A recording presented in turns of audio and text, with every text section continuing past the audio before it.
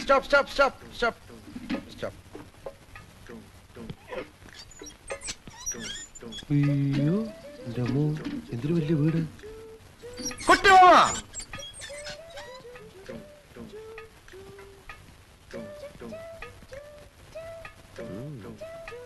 നല്ല കാശുള്ള ഏത് നേപ്പാളി പെണ്ണിനെ കള്ളൻ അടിച്ചെടുത്തത്.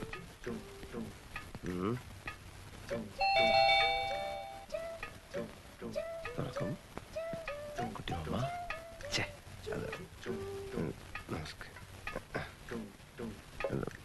കുട്ടിമാമ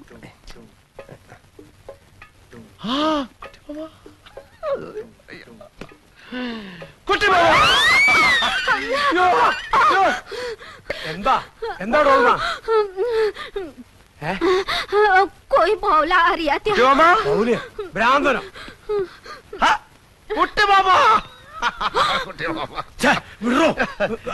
മനസ്സിലായില്ല. ഞാൻ അശോകൻ. അശോകനോ? കുട്ടിയമ്മ വളരെ ചെറുപ്പത്തിലല്ലേ എന്നെ കണ്ടിട്ടുള്ളൂ. അമ്മ കാര്യമൊക്കെ എഴുതിയിരുന്നില്ലേ? കുട്ടിയമ്മ എന്താ എയർപോർട്ടിൽ വരാത്ത? അതുകൊണ്ട് ഞാൻ എന്തൊക്കെ കഷ്ടപ്പെട്ടെന്നറിയോ? എന്റെ പെട്ടി പോയി ഭാഷ അറിയാൻ ഞാൻ ആകെ കഷ്ടപ്പെട്ടു. ഞാനൊന്ന് ചോദിച്ചു മനസ്സിലാക്കട്ടെ ഡോൾമ. നീ അടുക്കളയിലേക്ക് ചെല്ലേ. പാഞ്ചേമ്മൻ ചാവൂ. കുട്ടിയമ്മ എന്റെ നേപ്പാളി മാമി ഇതുവരെ മലയാളം പഠിച്ചില്ലേ കുട്ടിയമ്മ? എന്റെ ഭാര്യയുടെ ഡീറ്റെയിൽസ് ഞാൻ പിന്നെ പറയാം. Who are you? തും കോൻ ഹോ? നീ ആരാണ്? നിനക്ക് എന്തുവേണം? What you want? ഞാൻ പറഞ്ഞില്ലേ ഞാൻ അശോകനാണെന്ന്. കുട്ടിയമ്മയുടെ സ്വന്തം ഏട്ടത്തിയുടെ മകൻ, രാഘവനന്റെ സുമതിയമ്മയുടെ മകൻ, തൈപ്പറമ്പിൽ അശോകൻ. അശോക എന്താ? നിന്നെ അല്ലടാ മോനെ അശോക. അശോകന കുട്ടിമാമ എന്നെ വിളിച്ചോ?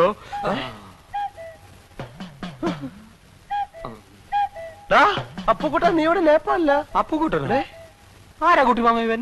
അപ്പുക്കുട്ട നീ വിളച്ചെടുക്കണ ഞാൻ ആരാണെന്നോ? താൻ പറഞ്ഞ സുമതി എടുത്തിയുടെ മകൻ അശോകനായി. അയ്യോ അല്ല കുട്ടിമാമ, ഇവൻ വസുമതി വല്യമ്മയുടെ മോനാ അപ്പുക്കുട്ടൻ. ഞാനാ അശോകൻ. നമ്മുടെ കുടുംബത്തിന്റെ ഡീറ്റെയിൽസ് ഒക്കെ ഇവൻ കറക്റ്റ് ആയിട്ട് പറയുന്നുണ്ടല്ലോ. എന്താ അശോക ഇത്? അത് പിന്നെ ഈ ഫ്രോഡുകളുടെ ഒരു ടെക്നിക്കാണ്. നമ്മുടെ കുടുംബ ചരിത്രത്തിന്റെ അറ്റവും മൂലം അറിഞ്ഞു വന്നിട്ട് നമ്മളെ ചീറ്റ് ചെയ്യാൻ വന്നിരിക്കുകയാണ്. നേപ്പാളിലും പോലീസ് സ്റ്റേഷൻ ഉണ്ടെന്ന് പറഞ്ഞേരെ കുട്ടിമാമ. ഇവൻ പറയുന്നത് വിശ്വസിക്കരുത്. ഇവൻ ഭക്ഷണം കഴിക്കാനും കള്ളം പറയാനും മാത്രമാണ് വാ തുറക്കുന്നത്. കുട്ടിമാമ ഇനി വെച്ച് താമസിപ്പിക്കണ്ട. വലിഞ്ഞേറി വന്ന ഒരു മലയാളി എന്ന നിലയ്ക്ക് ഒരു 200 നേപ്പാളി മണീസ് കൊടുത്തു വിട്. ഞാൻ പോയി പല്ലി വെച്ചിട്ട് വരാം. നീ ആരാണെന്ന് പറഞ്ഞില്ലേ നിനക്ക് തേക്കാൻ പല്ലുണ്ടാവില്ല. കുട്ടിമാമ 2 കവറേജ് വന്നിരിക്കുകയാണ്. ഇവന്റെ സഞ്ചി റിവോൾവർ ആണ്. വിളിക്ക് ആംബുലൻസിനെ, പോലീസിനെ. ഇവൻ എന്നെ തട്ടിക്കളയും.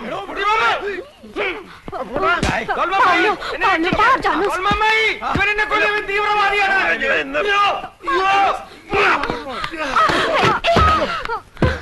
അശ്വതി അടുക്കരുത്. ഇവൻ ഭ്രാന്തനാണ്. മാറുന്നില്ലേ? അശ്വതി ഇയാൾ ഇവിടെ വന്നോ? മോൾ ഇവനെ അറിയോ? ഇയാളാണ് ഇന്നലെ എന്നെ ഫ്ലാഷ് മോഷ്ടിക്കാൻ നോക്കിയത്. ഇപ്പോഴോ ഞാൻ പറഞ്ഞില്ലേ അമ്മ, ഇവൻ കള്ള റാസ്കലാണ്. അമ്മാവാ അങ്ങനല്ലാതെ. അമ്മ അവൻ ഇനി ഇതിൽ ഇടപെടണ്ട. ഞാൻ അവനെ കൈകാര്യം മാറിയില്ല.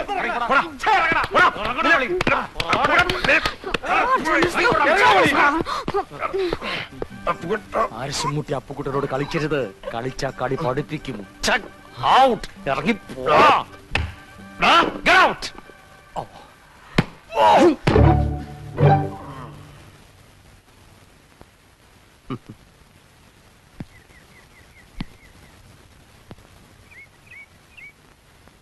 എന്റെ ബുദ്ധ ഭഗവാനെ, ശുദ്ധോദന മഹാരാജാവിന്റെ മകനായ അങ്ങ് സർവ സൗഭാഗ്യങ്ങളും രാജപദവിയും ഉപേക്ഷിച്ച് ഒരു രാത്രി ഭാര്യയോട് പോലും പറയാതെ കൊട്ടാരം വിട്ടിറങ്ങിയ ആളാണെന്ന് പണ്ടെന്നെ സരസ്വതി ടീച്ചർ 5ാം ക്ലാസ്സിൽ പഠിപ്പിച്ചിട്ടുണ്ട്. ഇന്നെന്റെ ഗതി ഏതാണ്ട് അങ്ങനെയൊക്കെ തന്നെ. ആർഭാടകരമായ ഒരു ജീവിതവും സ്വന്തം മുറപ്പെണ്ണും കൈവിട്ടുപോയ ഞാൻ അങ്ങേപ്പോലെ തെരുവിലേക്ക് ഇറങ്ങിയിരിക്കുകയാണ്.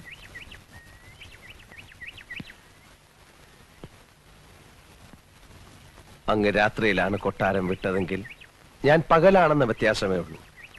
അങ്ങ് സ്വമനസാലയാണ് എല്ലാം ഉപേക്ഷിച്ചിട്ട് ഇറങ്ങിയെങ്കിൽ എന്നെ അപ്പുക്കുട്ടൻ തള്ളി ഇറക്കിയതാണ്.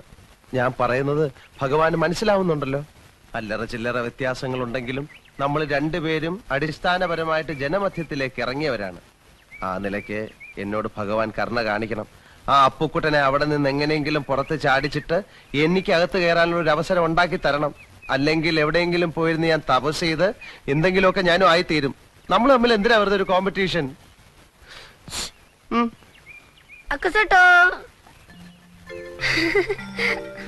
ഉണ്ണിക്കുട്ടോ, നീ ഇന്നലെ രാത്രി എവിടായിരുന്നു? വീട്ടിൽ പോയില്ലേ? ആ എന്നാ നിനക്ക് വീടില്ലേ? എവിടെ വേർ കിതർ മലയുടെ മുകളിലോ? ഓ അവിടെ അല്ലേ? പിന്നെ നീ എന്താ വീട്ടിൽ പോവാത്ത?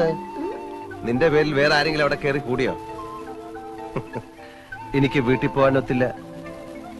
അപ്പുക്കുട്ടൻ എന്നൊരു പാര എനിക്ക് മുമ്പേ അവിടെ കയറി പറ്റി.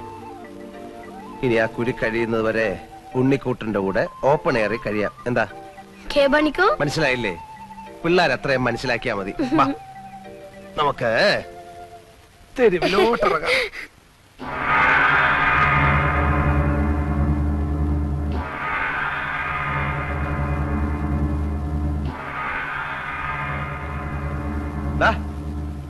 ഇനി ഇറങ്ങി വാ. മതി ഒരുങ്ങിയത്. വാ വാ.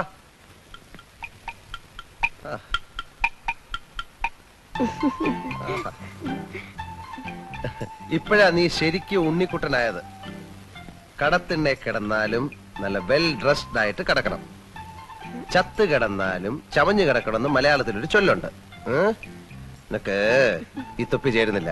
നിന്റെ മുട്ടത്തലയാ നല്ലത്. വാ. കേരളത്തിൽ നിന്നൊരുത്തൻ വിമാനക്കൂലിയും കൊടുത്ത് നേപ്പാളിൽ വന്ന് ആൾമാരെടുത്തിടത്തിന്റെ കാര്യം എന്താ? മോഷ്ടിക്കാൻ. അല്ല എന്തിനാ? ചില കള്ളന്മാർക്ക് നേറ്റീവ് പ്ലേസ് മോഷ്ടിക്കുന്ന ഇഷ്ടമല്ല കുട്ടിമാമ. ഇവിടെ നിന്ന് മോഷ്ടിച്ച് അങ്ങോട്ട് കൊണ്ടുപോകുമ്പോ ഡ്യൂട്ടി കൊടുക്കണ്ടേ അശോക? മോഷണ സ്ഥാനങ്ങൾക്ക് ഡ്യൂട്ടി ഇല്ല കുട്ടിമാമ. ഞാൻ ആകെ കൺഫ്യൂഷനില്ല. അവന് നിന്റെ അമ്മയുടെ ചായ തോന്നുന്നില്ലേ? എനിക്ക് തന്നില്ല എന്റെ അമ്മ ചായ. പിന്നെ അവന് ഏതായാലും സത്യമറിയാൻ സുമതിയടത്തേക്കൊന്ന് എഴുതുന്നുണ്ട്. അത് പറഞ്ഞപ്പോ നീ എന്തിനാ ഞെട്ടിയത്? കുട്ടിമാമയ്ക്ക് എന്നെ വിശ്വാസമില്ലല്ലോ എന്നോർത്തപ്പോ ഞാൻ ഞെട്ടി മാമ. നിന്നെ എനിക്ക് ഭയങ്കര വിശ്വാസമാണടാ. എന്നാലും അവൻ ആരാന്ന് അറിയണ്ടേ മോനെ?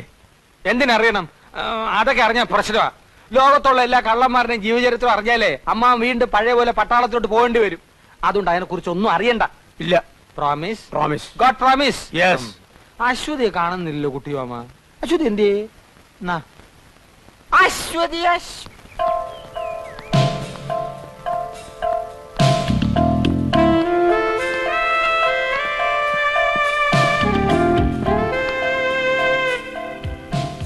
ठीक है.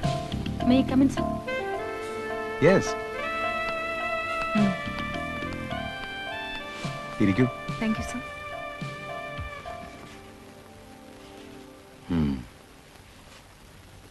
ഗുഡ്.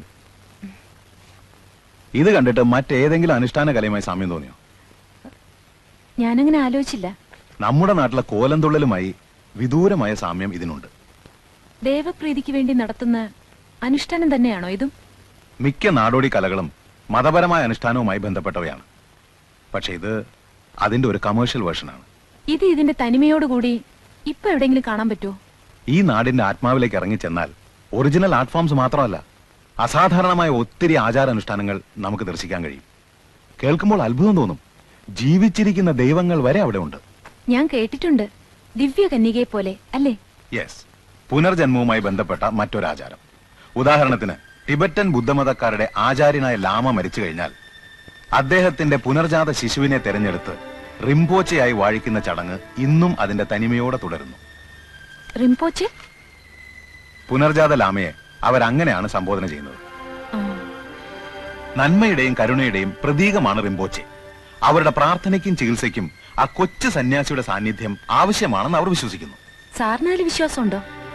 എനിക്ക് വിശ്വാസം ഉണ്ടെങ്കിലും ഇല്ലെങ്കിലും അശ്വതി അത് വിശ്വസിച്ചേ പറ്റൂ. കാരണം കുട്ടിയുടെ സബ്ജക്റ്റ് ആണത്.